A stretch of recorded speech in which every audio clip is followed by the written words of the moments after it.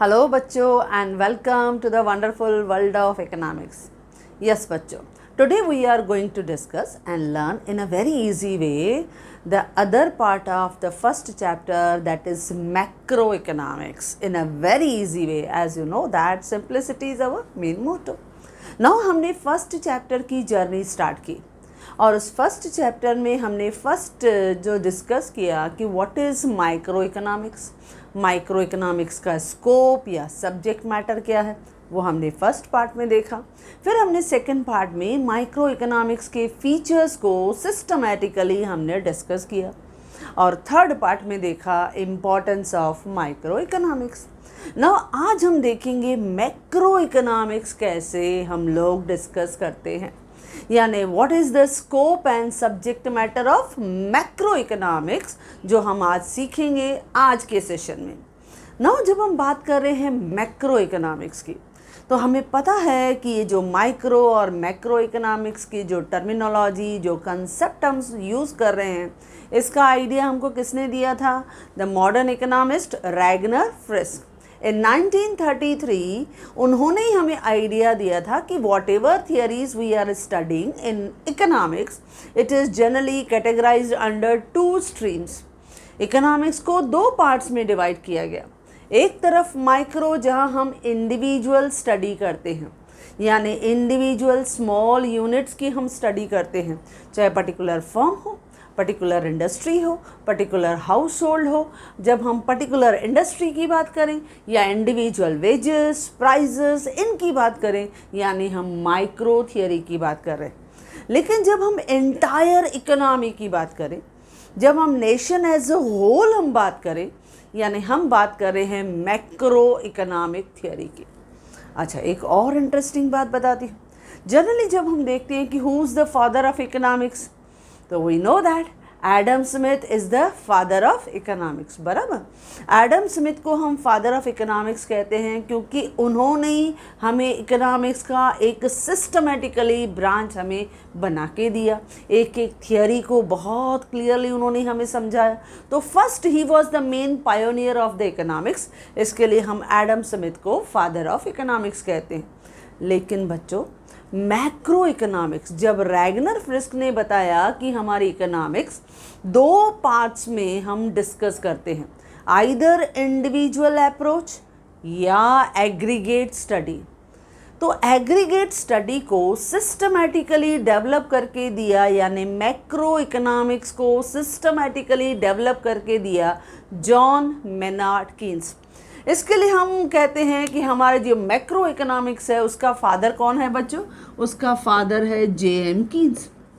Now इस J.M.. Keynes ने 1936 में जे.एम. कीन्स ने 1936 में एक बुक लिखा था, theory of income and employment, interest and money. Theory of income and employment, interest and money.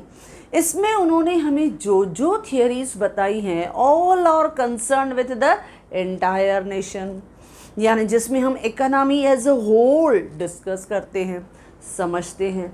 तो आज हम देख रहे हैं मैक्रो इकोनॉमिक्स का स्कोप क्या है, क्या सब्जेक्ट मैटर है.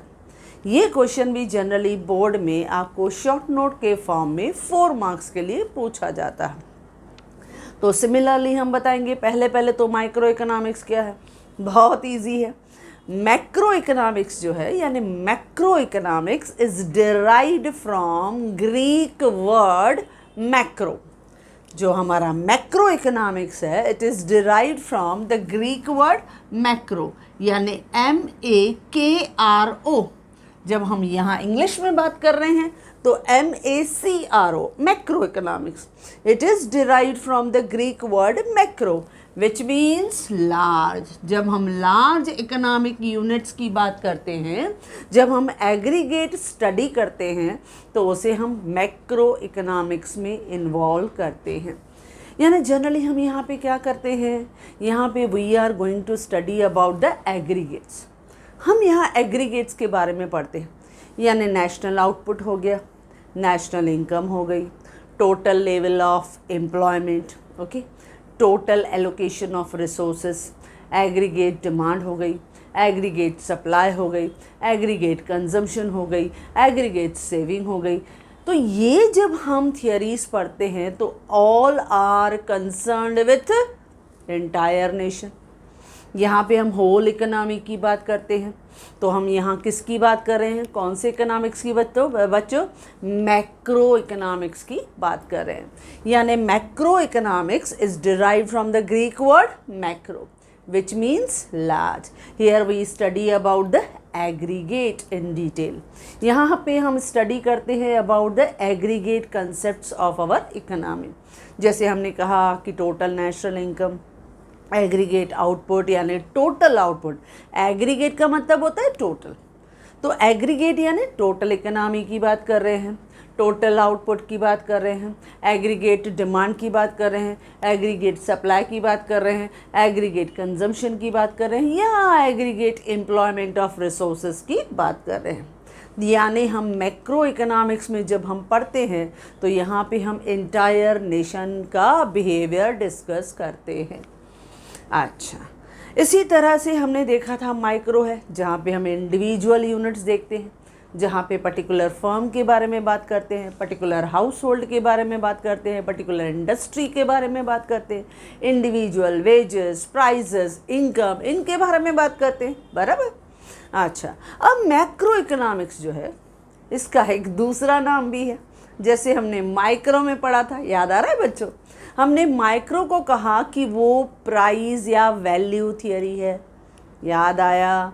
तो सिमिलरली मैक्रो इकोनॉमिक्स को क्या कहा जाता है, income theory. Macro economics is also known as income theory. क्यों? क्योंकि यहाँ पे हम जितनी भी थियरीज के बारे में बात करेंगे, you will concern with the total income of the economy. तो इसके लिए हम यहाँ पे मैक्रो इकोनॉमिक्स में पूरे देश का आउटपुट, पूरे देश का इनकम, उसकी बात करते हैं। यानी इस मैक्रो इकोनॉमिक्स को हम क्या कहते हैं बच्चों, इनकम थियरी। अच्छा, यहाँ पे जो आपका एनालिसिस है वो जनरल इक्विलिब्रियम एनालिसिस है।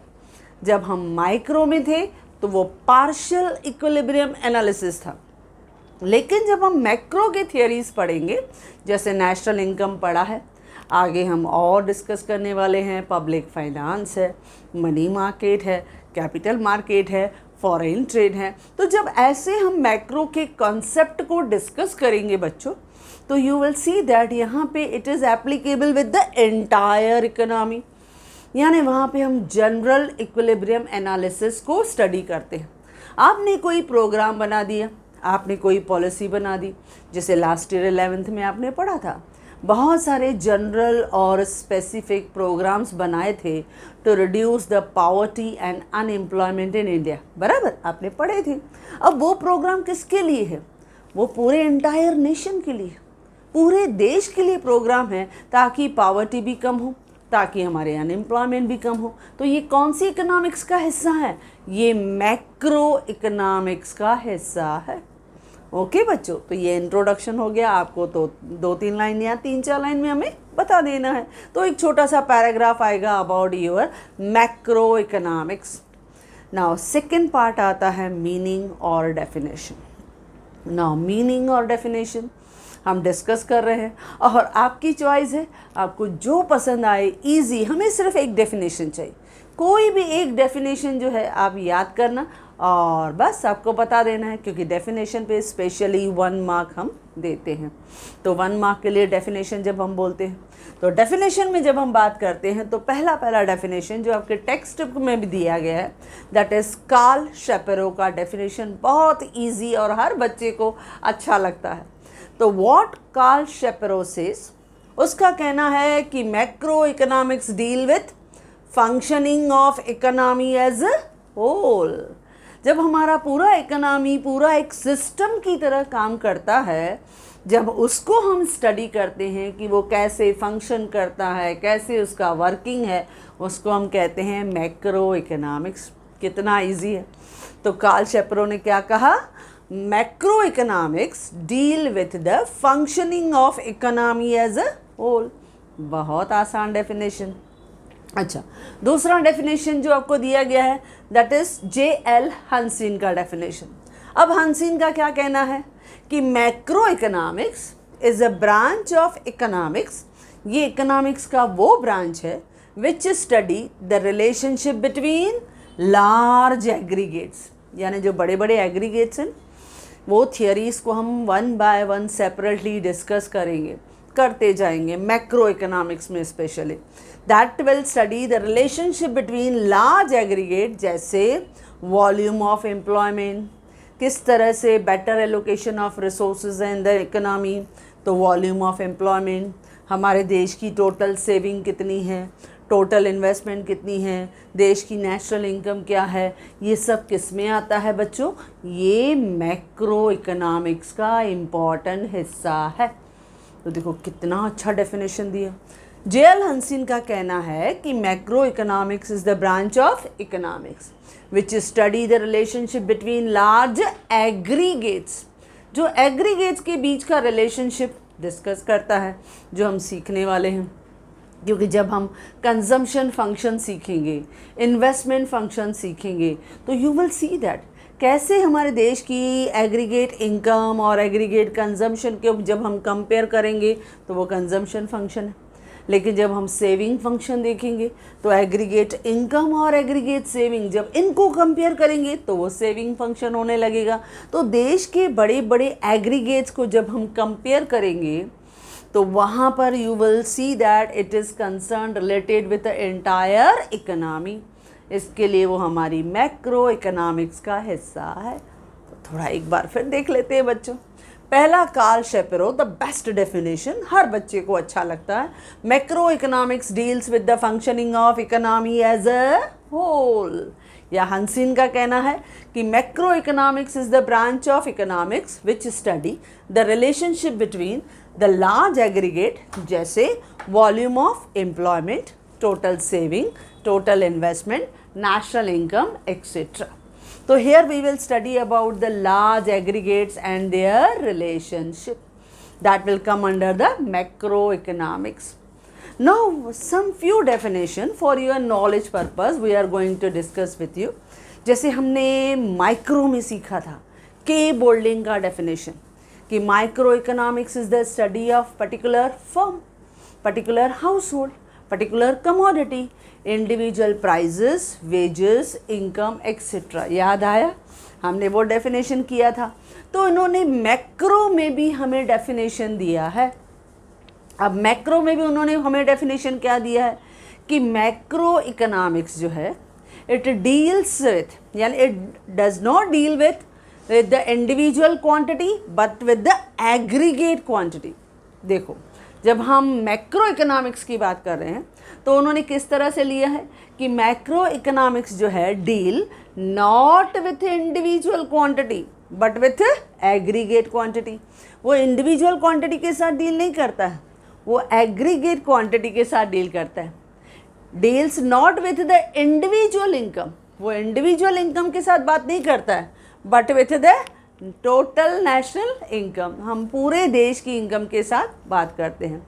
Not with the individual price, वो इंडिविजुअल प्राइस लेवल की बात नहीं करेगा, but with the general price level. Not with the individual output, वो इंडिविजुअल आउटपुट के बारे में बात नहीं करता है कि हम कितना डिमांड करते हैं, कितना कंज्यूम करते हैं, कितना प्रोड्यूस करते हैं, but deal with the aggregate output यानी टोटल आउटपुट। तो बहुत ईजी डेफिनेशन है। क्या दिया मैक्रो का डेफिनेशन बाय के बोल्डिंग यानी किनीथ बोल्डिंग।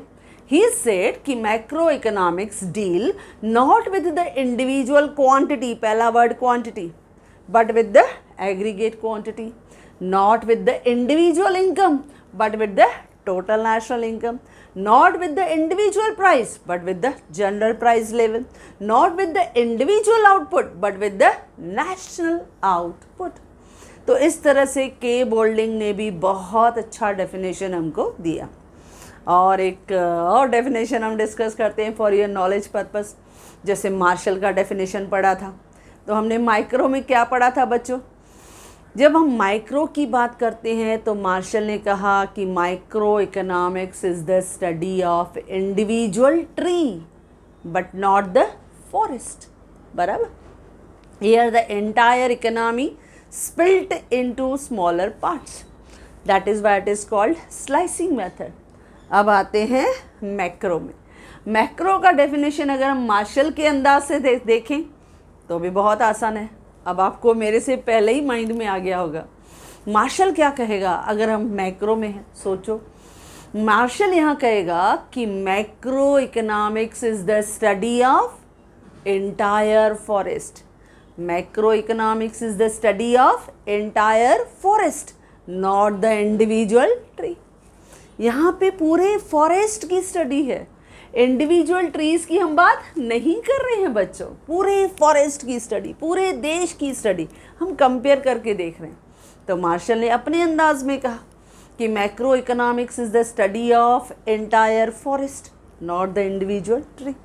तो इस तरह से हम मैक्रो इकोनॉमिक्स में क्या देखते हैं, लंपिंग अप्रोच, यानी पूरा एक साथ वन चंक में किसी भी थियरी को स्टडी करते हैं. तो that is macro economics. Okay बच्चों. अच्छा, ये था, हमने डेफिनेशन लिया. हमने तो डिस्कस 4 डेफिनेशन की.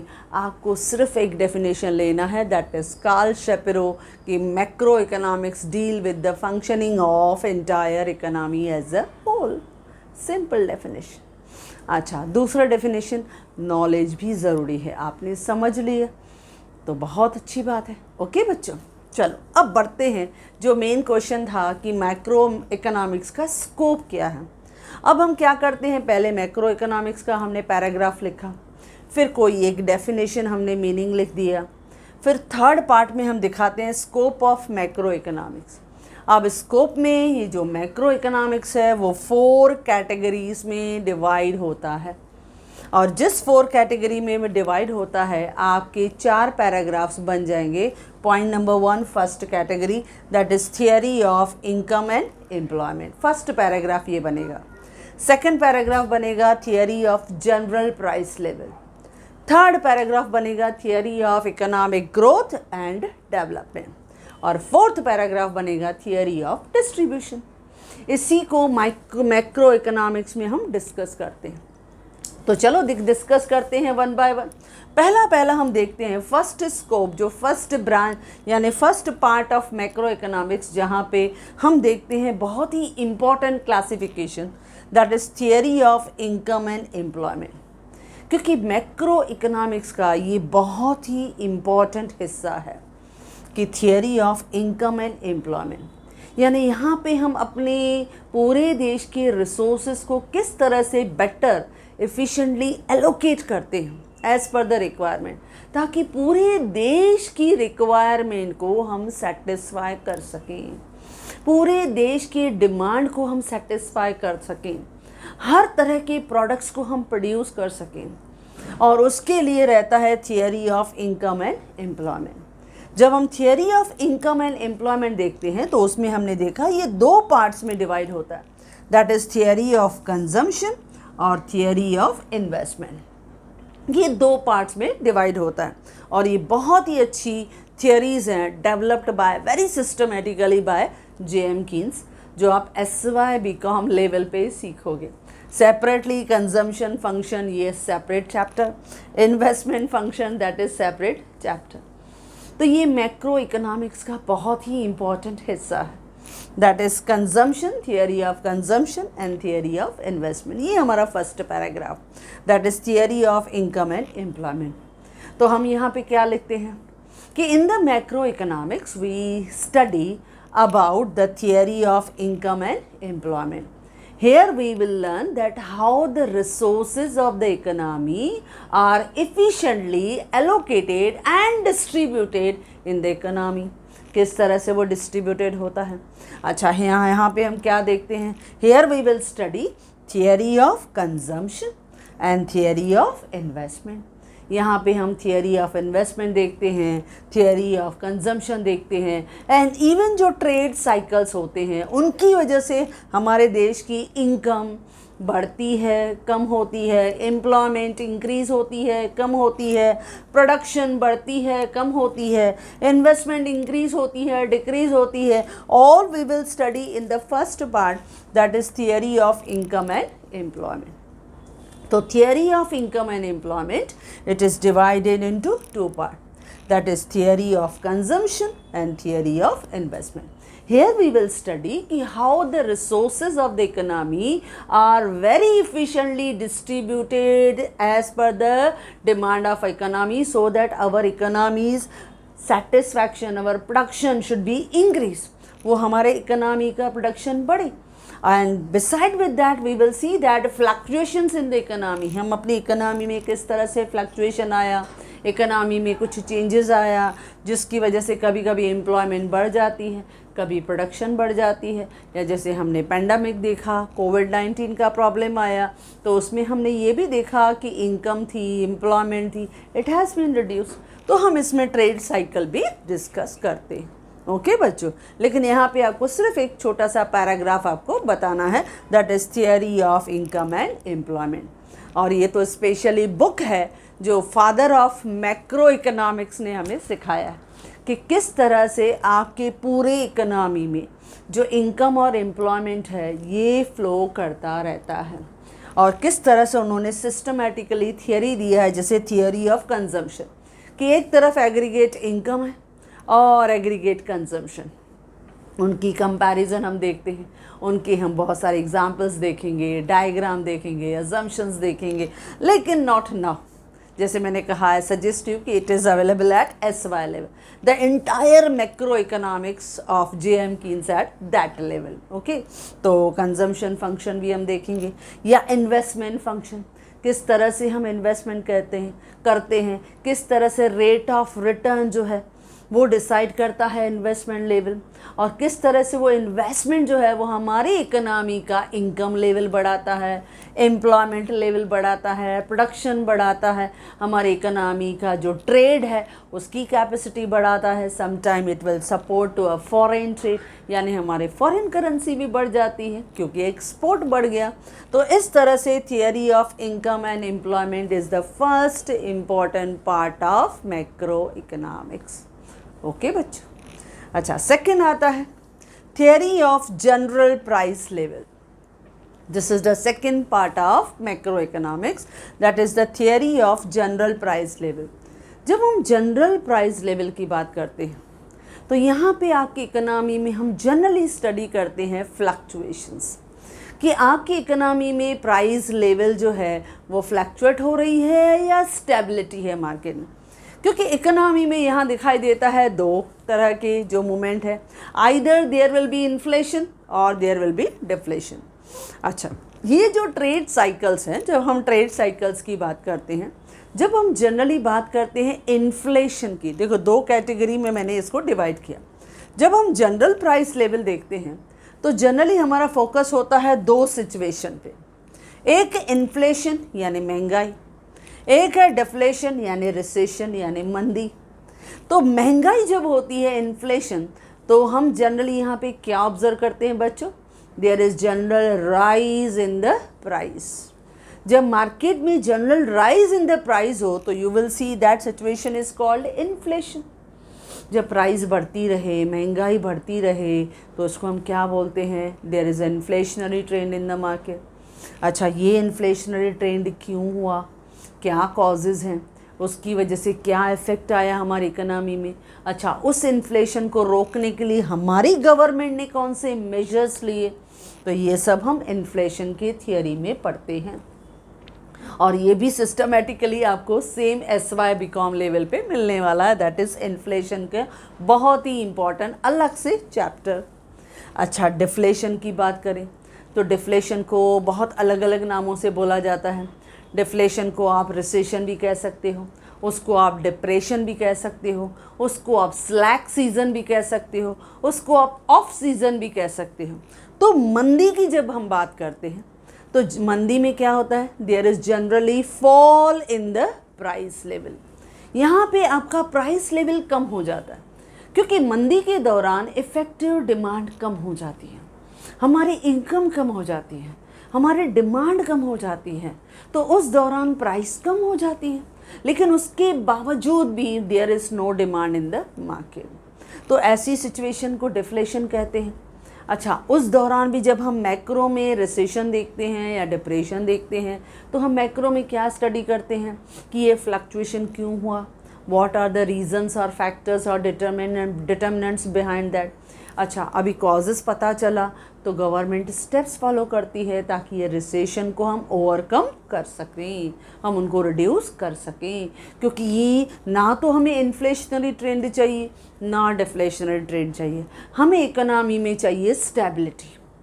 तो उस स्टेबिलिटी लाने के लिए आपके मैक्रो इकोनॉमिक्स का दूसरा पार्ट है, that is theory of general price level. That is we will study either inflation और डिफ्लेशन, इसके कॉजेज़ क्या हैं, इनके इफ़ेक्ट्स क्या हैं, इनके मेजर्स क्या हैं, किस तरह से हम उनको कंट्रोल करते हैं विथ द वेरियस डायग्राम। जैसे मैंने आपको कहा SY BCom में you will study and discuss the separate chapter for that.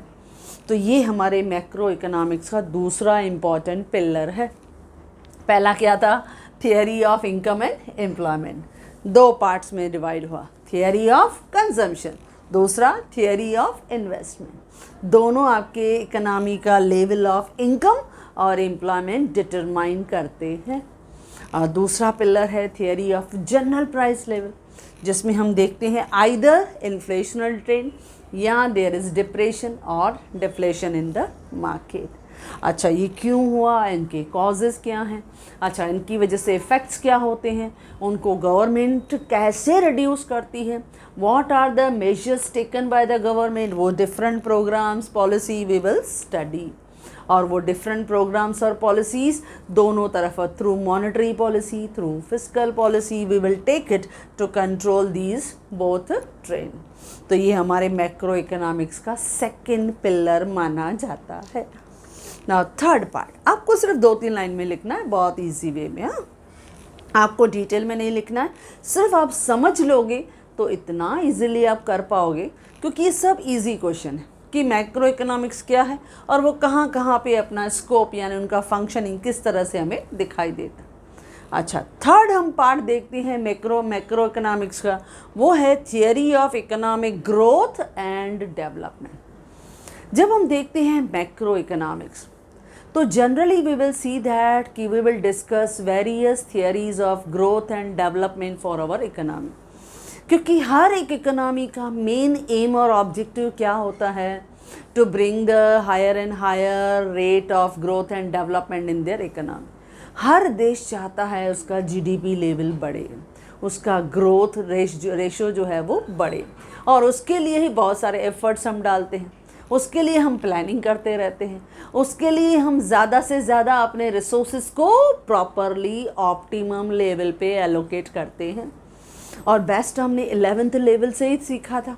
जैसे मैंने एग्जांपल दिया कि पॉवर्टी का चैप्टर देखो, अनएम्प्लॉयमेंट का चैप्टर देखा था आपने, इकोनॉमिक प्लानिंग आपने देखा था, इन सब में आपने देखा था कि हमारी प्लानिंग कमीशन जो है वो हमारे जो नीति आयोग है ये हमें कितना सपोर्ट करती है। They prepare so many programs and policy to reduce poverty का problem in India, to reduce unemployment का प्रॉब्लम इन इंडिया।